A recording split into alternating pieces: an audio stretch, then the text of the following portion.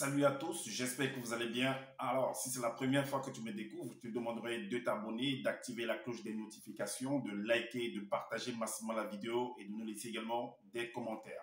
Alors, si cela est fait, je te dis merci pour ton geste. Comme je le dis constamment dans mes partages, que Salomon dit qu'il n'y a rien de nouveau, ce qui a été, c'est ce qui est et c'est ce qui sera encore, et que le physique est le reflet du non visible.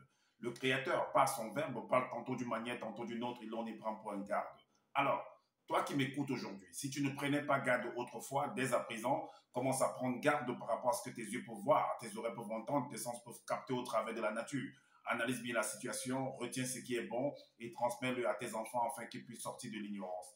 Parce qu'il y a une formule qui dit que l'homme, la femme, l'enfant, l'être, la créature périt faute de connaissance. Donc il est primordial pour nous de pouvoir fusionner avec le savoir afin d'avoir une meilleure visibilité des choses.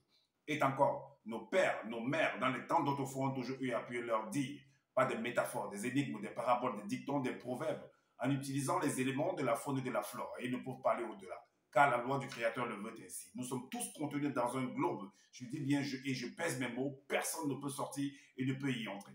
Alors, je reviens encore vers vous pour un décryptage, pour une analyse profonde par rapport à une sortie qu'a produit ce personnage qu'on nomme sous la toile, en fait, Zululassan, de son vrai nom, Justin Disake, alias Zululassan.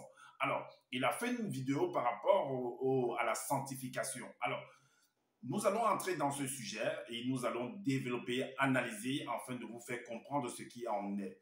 Alors, donc il est très important d'écouter cette vidéo jusqu'à la fin, afin de mieux cerner ce qu'il en est. On va entrer, en fait, on va faire une petite dissertation, on va vous montrer, en fait, tout au long de cette vidéo, comment on fait une dissertation, une introduction, un corps du devoir et une conclusion. C'est parce que la Bible que vous voyez là, en fait, ce sont des œuvres littéraires, elles sont comprises, qui regorgent, en fait, de métaphores, d'énigmes. Alors, donc, c'est très simple à comprendre. Comme j'ai toujours dit, il faut comprendre déjà la véritable définition d'un mot. Parce que la sanctification, si vous partez dans Google, vous allez voir en fait ce qui veut dire sanctification. Sacralisation, sanctification, qui signifie qu'il y a des synonymes comme sacralisation, sacré. Est-ce que vous comprenez?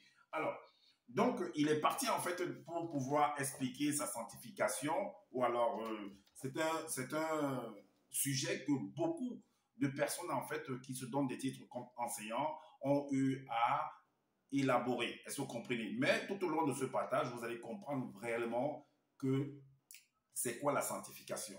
Si toi qui m'écoutes, tu es réellement sanctifié ou tu as un parcours à faire pour pouvoir atteindre la sanctification, on va voir tout au long de ce partage. Alors, Justin Disake, alias Zululassan, est parti en fait dans le livre de Job, au chapitre 29, au verset 12, pour pouvoir expliquer c'est quoi la sanctification. Parce que c'est une vidéo qu'il a déjà eu, c'est un sujet qu'il a déjà eu à traiter dans les temps d'autrefois, dont il est revenu. Voilà pourquoi je vous avais dit que ce monsieur, en fait, il va toujours se répéter, et en se répétant, en fait, l'étau va se resserrer sur lui-même et ça va l'exposer encore davantage. Et vous comprendrez, en fait, que ce monsieur, en fait, c'est un bandit, c'est un usurpateur d'identité, c'est un féman et qui est là pour arnaquer, en fait, les pauvres citoyens, en fait, qui ne maîtrisent pas, en fait, parce qu'ils n'ont pas le temps de lire, parce qu'ils sont occupés par les choses du quotidien, tout simplement. Alors, qu'est-ce que Zola a écrit? Comme je vous ai toujours dit, en fait, que ce monsieur, pour écrire son livre, en fait, ce qu'il appelait son livre, il a copié, en fait, dans les Bibles classiques, il a copié dans le livre Secret des Nobles, il a copié dans le livre de Fabre d'Olivet, il a copié également dans le livre d'Alain Kardec. Est-ce que vous comprenez? Alors, il dit ici, au verset 12, de Job 29, alors, il dit que, alors je disais, donc c'est Job, en fait, qui avait une conversation avec ses amis, parce qu'il était dans une sorte de détresse, et alors, Job s'est mis à se remémorer, en fait, son passé, comment il vivait, comment il était dans l'abondance, en fait, parce qu'il était dans une crise, est-ce que vous comprenez? Alors, donc là, il va dire à ses amis, il va se parler en lui-même. Voilà pourquoi il a dit, alors je disais. Donc, vous pouvez mettre cette phrase, alors je me disais. Donc, intérieurement, donc il cogitait en fait, il était dans les pensées en fait. Je mourrai dans ma demeure. Mes jours seront abondants comme, ça c'est Zola qui est venu, c'est Justin Disake alias Zola qui a ajouté en fait par rapport à l'oiseau phénix. dans les Bibles classiques, ça n'existe pas. C'est pas comme ça que c'est écrit. D'ailleurs, on va entrer dans les Bibles classiques pour voir ce qu'il y en est. Lisons néanmoins ce que Justin Dissaker, alias Zulula, a écrit. Ce faux pasteur-là, ce faux prophète-là qui est sur la toile, qui pullule avec ses faux enseignements. Il dit, je me disais 2 points. C'est très, très important. Je mourrai. Donc, c'est Job qui parle selon l'écrivain, selon celui qui est venu écrire. Donc, je mourrai dans ma demeure, donc dans ma maison. Je vais mourir dans ma demeure, dans ma maison. Mes jours seront abondants comme le phénix, l'oiseau fabuleux. Mais on va qualifier en fait cet oiseau de fabuleux. C'est comme si en fait toi qui m'écoutes, tu n'es pas fabuleux. Non, tu es fabuleux également. Moi également, je suis fabuleux. C'est pas seulement cet oiseau qui est fabuleux. Est-ce que vous comprenez? Donc, il prend l'exemple, il dit comme mes jours seront abondants comme. Donc, comme si en fait les jours de l'oiseau phénix ces jours ont été abondants. Je ne sais pas dans quelle réalité ces jours ont été abondants. Est-ce que vous comprenez? Mais on continue. Donc, cette espèce d'oiseau qui, après avoir revêtu le corps spirituel, selon ce que Zola a écrit, fut enlevé hors du visible après la chute de Moto, donc de Adam. Alors, je ne sais pas où c'est écrit dans les Bibles classiques que le phénix a été enlevé spirituellement après la chute de Adam. Alors, il y a un point virgule. Il est dit l'eau pénétra. C'est-à-dire que ce monsieur en fait de Job en fait se remémore. En fait, il se dit qu'il mourrait en fait pendant qu'il est dans la détresse, il mourrait dans sa demeure et ses jours seront abondants. Pourquoi il dit que quand il va mourir, ses jours seront abondants? Pourquoi? Et il continue en disant que l'eau pénétrera dans mes racines. Mais pourquoi il parle de racines en fait? Vous allez comprendre pourquoi il utilise en fait ce langage-là. Alors, l'eau pénétrera dans mes racines, parce que pour que tu sois abondante, il faut que l'eau pénètre dans tes racines, afin que tu puisses croître, que tu puisses te multiplier. La rosée passera la nuit sur mes branches. Est-ce que Job a des branches? Mais pourquoi est-ce qu'il utilise en fait cette métaphore? Pourquoi il utilise en fait ce langage-là? Est-ce que lui, il a des branches? Est-ce qu'il a des feuilles, des branches, disons des branches, parce que s'il y a un pas de branches, ça veut dire qu'il y a des feuilles également. Alors, vous allez comprendre pourquoi. Je vais entrer dans les Bibles classiques, vous allez comprendre pourquoi Job utilise en fait ce langage. C'est pourquoi j'ai toujours dit dans mes intros que, en fait, nos pères, nos mères, dans les temps d'autrefois, ont toujours eu à utiliser les énigmes, les paraboles, les dictons, des proverbes, en utilisant également les éléments de la faune et de la flore pour pouvoir éclairer, parler de certaines choses, pour pouvoir parler même d'eux. Vous allez comprendre pourquoi. Alors, et vous allez comprendre que Zola, en fait, ne maîtrise pas même pas ce qu'il est venu écrire. Et vous allez voir que c'est un bandit, c'est un menteur. Est-ce que vous comprenez? Et les gens sont là en train de l'applaudir sans toutefois comprendre. Et moi, je suis là, en fait, pour vous révéler pourquoi est-ce que cela a été écrit, ou alors pourquoi Zola a ajouté, en fait, cela. Ces autres paroles-là qui n'existent pas là. Alors, ma gloire reverdira sans cesse. dont la rosée passera la nuit sur mes branches, ma gloire reverdira sans cesse et mon arc rajeunira dans ma main. Vous allez comprendre pourquoi ce langage a été utilisé. Pourquoi Job parle de rosée, d'arroser ses racines et que voilà. Donc on va dans Jean chapitre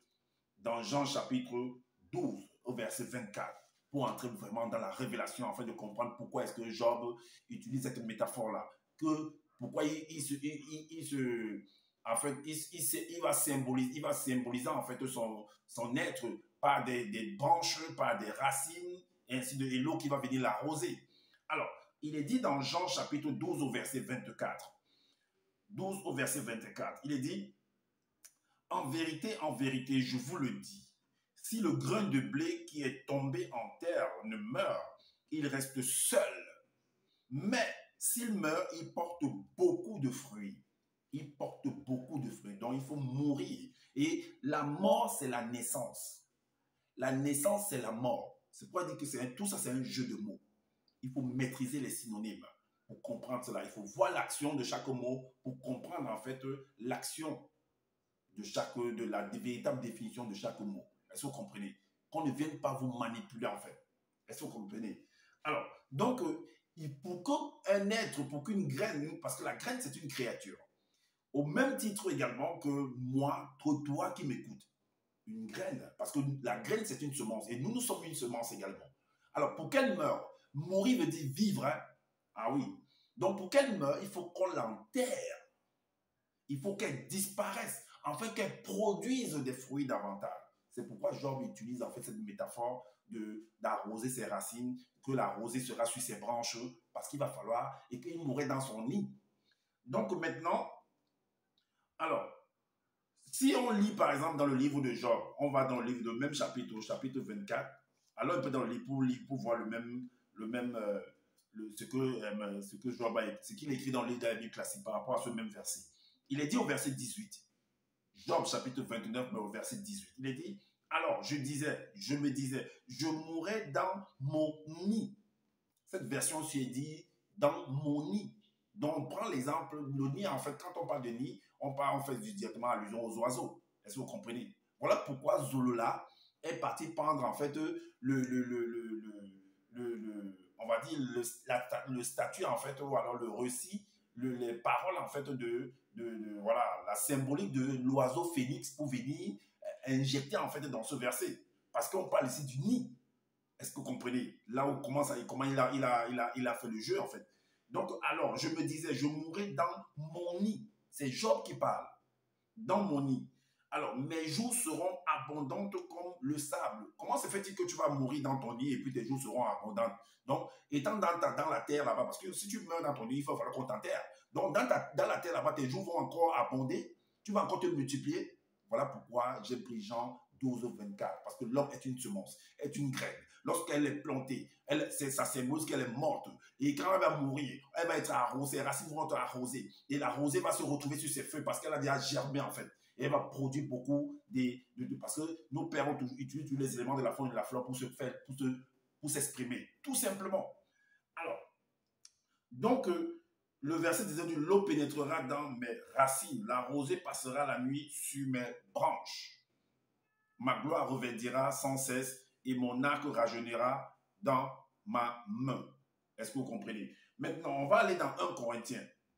1 Corinthiens chapitre 15 au verset 36, il est dit que insensé, ce que tu sèmes ne prend point vie s'il ne meurt. Donc toi, Justin Dissaka, alias Zolola, tu es insensé selon ce qui est écrit dans 1 Corinthiens. Tu n'as pas compris en fait ce verset de Job 29 au verset 18. Tu n'as pas compris vraiment ça. Et tu te sers de ça pour pouvoir parler de la sanctification. Or là, ça fait allusion à la réincarnation. Ça fait allusion à la réincarnation en fait. Tout simplement. On va aller également dans Marc. Dans Marc. Marc chapitre 4 au verset 3. Il est dit, Marc chapitre 4 au verset 3 dans les Bibles classiques, il est dit que, écoutez, un semeur sorti pour semer. Un semeur sorti pour semer. Et le verset 8 dit quoi? Une autre partie tomba dans la bonne terre. Elle donna du fruit qui montait et croissait. Et 100 pour 1. 30, 60 et 100. Non, qu'est-ce que j'ai dit? Une autre partie tomba dans la bonne terre. Elle donna du fruit qui montait et croissait. Et elle rapporta 30, 60 et 100 pour 1. C'est ce qu'ils ont écrit. Donc, il faut qu'elle tombe dans la terre. Elle entre sur la terre, elle entre en profondeur et on arrose et elle puisse germer. Donc, ça fait par allusion à la réincarnation. Alors, on va également dans le livre de Daniel pour vous comprendre, pour approfondir encore davantage pourquoi est-ce que Job a utilisé en fait cette métaphore-là, qu'il mourrait dans son nid et que voilà, ses racines seront arrosées et que voilà, il pourra abonder. Dans Job, parce que l'homme est considéré comme un arbre. Est-ce que vous comprenez? Voilà pourquoi dans Job, dans Daniel chapitre 4 au verset 20 à 22, il est dit, l'arbre que tu as vu qui était devenu grand et fort, dont la cime s'élevait jusqu'aux cieux et qu'on voyait de tous les points de la terre. Cet arbre dont le feuillage était beau et les fruits abondants, qui portait de la nourriture pour tous, sous lequel s'abritaient les bêtes des champs et parmi les branches duquel les oiseaux du ciel faisaient leur demeure. C'est toi, ô roi, qui es devenu grand et fort, dont la grandeur s'est accrue et s'est élevée jusqu'aux cieux et dont la domination s'étend jusqu'aux extrémités de la terre. Tout simplement. Et non ce qu'il est venu raconter, des parlivaines et des torchons qu'il est venu raconter pour embrouiller les gens. Alors, on revient encore dans son livre. Mais avant ça, on va faire une pause et puis on va vous faire écouter une vidéo. Alors, donc, comme je disais tantôt, on va vous faire écouter une vidéo également, la vidéo de ce personnage de Justin Dissaka, alias Zoulassan, ce faux pasteur-là. On va vous faire écouter en fait sa vidéo. Mais avant ça, comme je disais, il a parlé de la sanctification. C'est parce que les gens en fait ne veulent pas comprendre c'est quoi la sanctification. Alors, imaginons un peu un instant que, selon ce que Zola a écrit, que son loba en fait, que lui, qu'il mentionne tout le temps, que c'est lui le créateur de toutes choses. Alors, parce que dans Exode, dans son livre, dans Exode chapitre 12, au verset 5 et 6, il a bien écrit là-bas que son loba en fait est l'unique créateur, est le véritable, qu'en dehors de lui, il n'y a pas d'autre créateur. Ok, acceptons un peu un seul instant que ce soit vrai. Ok, mais comment se fait-il que son créateur va venir créer quelque chose, va achever la création, et plus tard, on découvre en fait une imperfection, une anomalie dans la création. Mais ça voudrait dire quoi en fait? Est-ce que vous pouvez accepter ça, que le créateur en fait, que sa création en fait puisse... Un instant.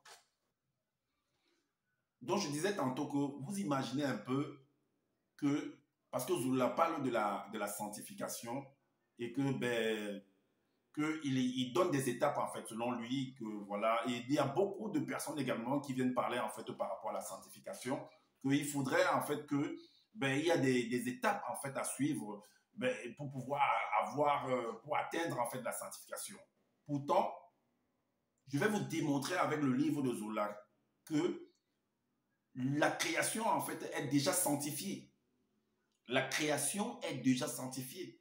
Et s'il arrive un seul instant, vu qu'on a dit que si on accepte que son lobe en fait est le créateur en fait de toutes choses, ça voudrait tout simplement dire que, et que plus tard on découvre en fait qu'il y a une imperfection dans cette création-là causée par une des créatures de son loba. Ça veut dire que la créature en fait a manifesté quelque chose qui est au-delà de son créateur qu'on appelle loba. Une chose dont son créateur n'avait pas prévu en fait. Est-ce que vous comprenez? Donc la créature a dépassé en fait par sa puissance en fait son créateur loba. C'est ce que ça voudrait dire. Alors, si ce n'est pas le cas, ça voudrait dire qu'il n'y a aucune imperfection dans la création, que tout est parfait. Est-ce que vous comprenez? Mais pourquoi parler donc de sanctification si tout est parfait déjà? Parce que sanctification veut dire béni, sacré. Et on va donc voir en fait ce que Zola lui-même dit, que son loba en fait, ce qu'il est venu écrire par rapport à son loba que lui l'appelle le créateur. Alors, dans Origine chapitre 1 au verset 10, parce que son créateur, lorsqu'il a créé, il a achevé la création, il a béni sa création, donc il a sanctifié sa création. Je ne vois pas qui d'autre, aucune créature ne peut venir encore sanctifier cette création-là. Parce que l'Oba a achevé, il a tout fait. C'est fini. Qu'est-ce qui a parlé encore de sanctification? Donc, vous les hommes, ou alors certaines personnes qui vont venir parler de sanctification, ça veut dire qu'il y a encore des choses à faire. Donc, vous êtes au-delà, en fait. S'il y a des choses à faire, ça veut dire que vous êtes au-delà du créateur, du travail que le créateur a eu à faire. Et si c'est le créateur, ton créateur, l'Oba, qui t'a envoyé de venir sanctifier, ça veut dire que lui-même, il n'a pas achevé. Il montre par là qu'il est incompétent, en fait. Qu'il y a des anomalies dans sa propre création, en fait. Tout simplement. Alors, le verset 10, il est dit que « Et l'Oba, par la manifestation de sa volonté, nomma le continent et la terre solide Il nomma l'amas des eaux, qui est l'océan, il nomma l'amas des eaux. Et la manifestation de la volonté de Loba considéra que cela était agréable. Agréable. Donc, il a créé en fait la terre au niveau des eaux, tout ça, il a fait des choses. Et il trouve que c'est agréable. Mais toi, la créature, ou alors cette eau-là peut venir déclarer plus tard que non, mais c'est comme si tu dis en train de pointer du doigt au créateur pour dire que attends, mais tu as mal fait ton travail. Je vais t'aider à faire le travail en fait. Le verset 18 dit que pour représenter dans le jour et dans la nuit et pour opérer le mouvement de séparation entre le chemin et de la lumière, le chemin de la lumière et celui de l'obscurité, la manifestation de la volonté de l'Oba considéra que cela était agréable. Encore agréable après avoir créé les astres, tout ça, le soleil, la lune, les étoiles et ainsi de suite. Il a trouvé que c'est agréable.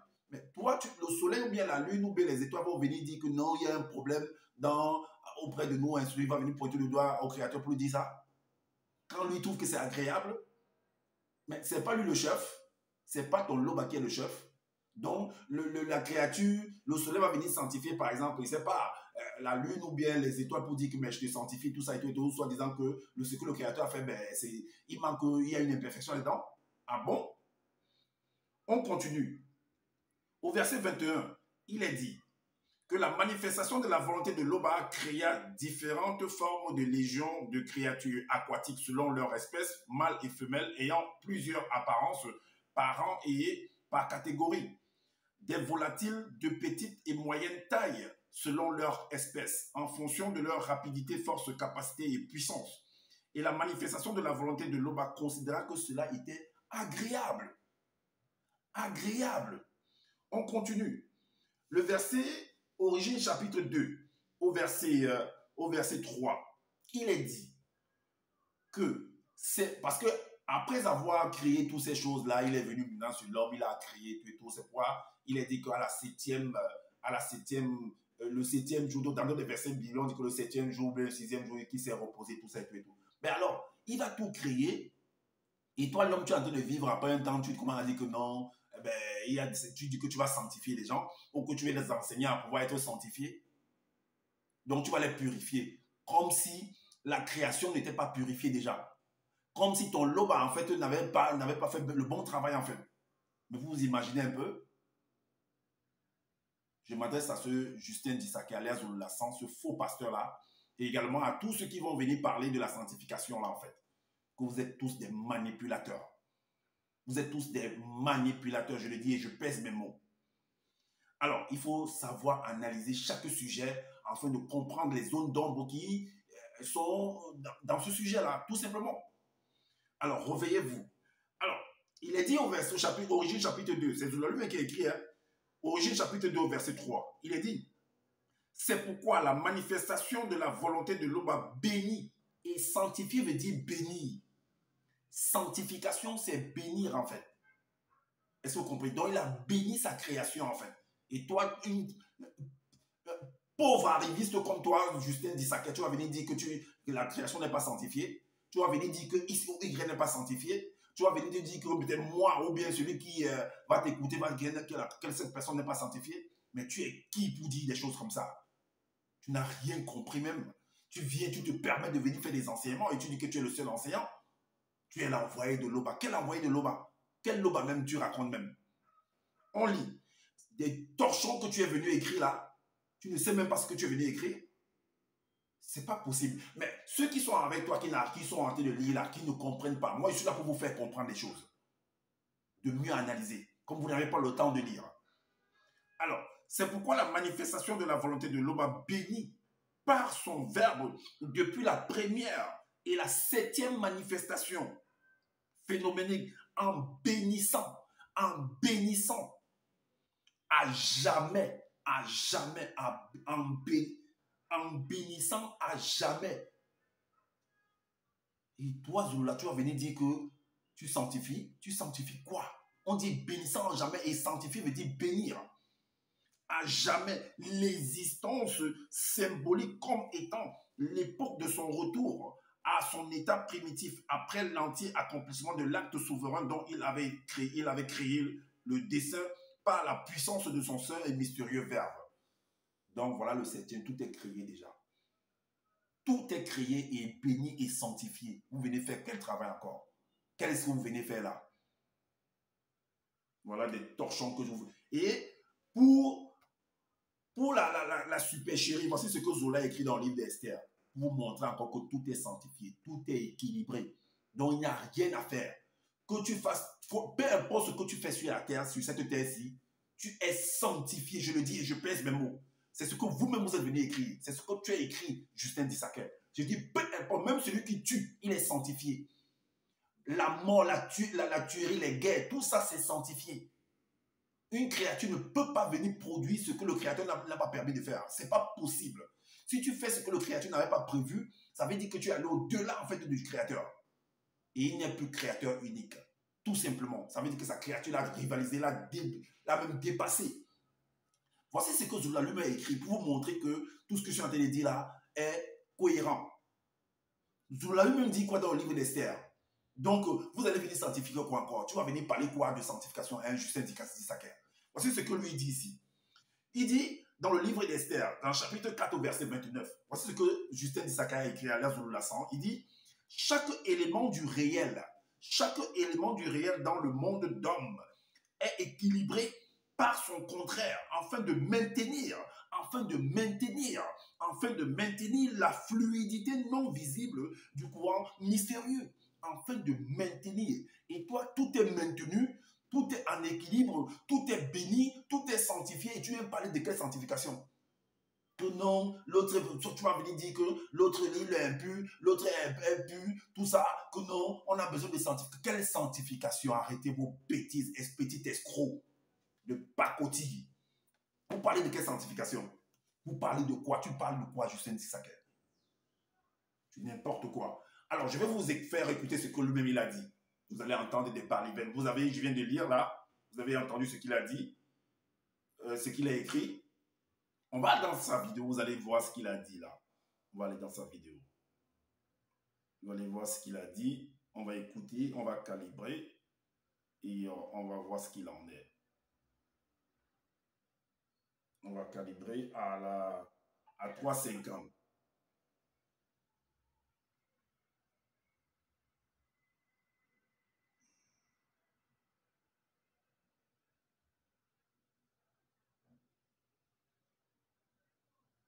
Écoutons-le. Écoutons ce Justin Dissaker. Voilà. Après avoir revêtu le corps spirituel, fut enlevé hors du visible après la chute de Moto. Donc, on vous apprend ici qu'il y avait une créature, non, une espèce de créatures, ils étaient plusieurs, qui ont connu le mystère, au-delà même de la sanctification, de la sainteté. Au-delà de la sanctification. À un point où, quand le premier homme Moto, c'est-à-dire l'homme universel, a chuté, quand la femme a chuté, il y a eu ce qu'on appelle une perte. Mais la femme a chuté. Mais vous imaginez ce que ça veut dire dans la création d'un créateur? Dans la création que la femme a chuté? Mais c'est une imperfection de la création. C'est une honte en fait pour le créateur. Si on accepte ça en fait. C'est comme si le créateur il a tout fait en fait. Comme j'ai lu dans son livre là-bas, il dit que son lot, si on accepte que c'est le créateur, mais vous imaginez qu'il a béni la création, il a tout fait, il a béni, et qu'après on dit que la créature a chuté. Mais chuter comment? Ça veut signifier quoi chuter là? Donc, il y a donc, ça veut dire que donc, il n'avait pas le regard en fait dans sa création pour que ça puisse chuter en fait. Vraiment. Écoutons-le. Dans le plan visible, mais cette perturbation, cette anomalie n'a pas touché cette espèce de phénix, de cet oiseau, c'est-à-dire. Donc, ça veut dire qu'il y a une imperfection, il y a une chute, il y a une anomalie qui va toucher en fait l'homme, qui va se manifester sur l'homme, selon ce que Zola dit, et que l'oiseau, là, lui, par contre, l'oiseau, en fait, ne va pas être perturbé, en fait, par ça. Pourtant, dans son même livre, là, il dit que non, les astres ont été touchés, ont été perturbés par la chute de Moto. Mais les astres vont être perturbés, mais par contre, l'oiseau phénix ne doit pas être perturbé. Voilà ce qu'ils sont venus écrire. Des bêtises comme ça. Donc, tout l'univers va être perturbé par la chute de Moto et l'oiseau phénix, là, qui est une créature qui a été conçue dans le globe visible, ne doit pas être perturbé. Vraiment. Écoutons-le. Et c'était quoi la nature de cet oiseau? C'était quoi? D'abord, cet oiseau, pourquoi il n'y avait que cet oiseau qui a subi, on va dire, une sorte de transformation d'un corps spirituel qui était un corps glorieux, Vraiment. afin qu'on puisse l'extirper du plan astral pour l'enlever et le transporter dans le monde des esprits supérieurs, donc les entités du grand ordre des choses. Ok, je vais vous montrer maintenant, après, je vais vous montrer ce que lui il appelle en fait le grand ordre des choses. Vous allez voir que c'est toujours dans le globe visible où nous sommes là, tout simplement. On a pris l'oiseau, on a amené du n'importe quoi en fait. Vous imaginez en fait qu'il puisse avoir une perturbation. J'ai lu là dans son livre en fait que chaque chose, lorsque lui l'a écrit en fait, si on va dans son analyse en fait, que chaque chose du visible, voilà, chaque élément du réel dans le monde d'homme est équilibré par son contraire. Son contraire là c'est où? Ok, c'est lui qui connaît là-bas. Afin de maintenir la fluidité non visible.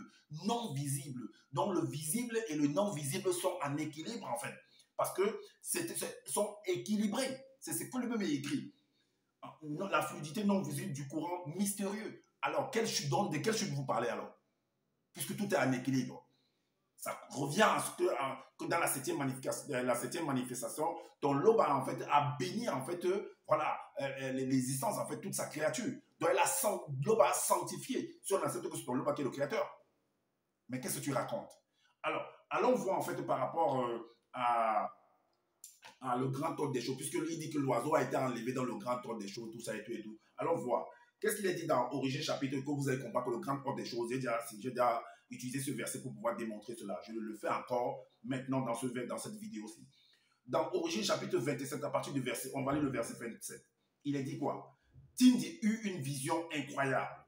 Dans sa vision, il vit le mystère de l'un des chemins que les entités spirituelles empruntent pour entrer dans le monde des hommes. On va voir donc comment ils entrent dans le monde des hommes là. Le verset 29 nous dit quoi? Tindi vit qu'une partie du chemin reposait dans le monde physique, tandis que l'autre partie atteignait spirituellement le monde des esprits, dans le grand ordre des choses. Donc une partie se retrouvait dans le grand ordre des choses et une partie se retrouvait dans le monde des hommes où nous sommes là actuellement. Alors, le verset 30 nous dit quoi? C'est qui est dit que le verset choque même. C'est le verset 30.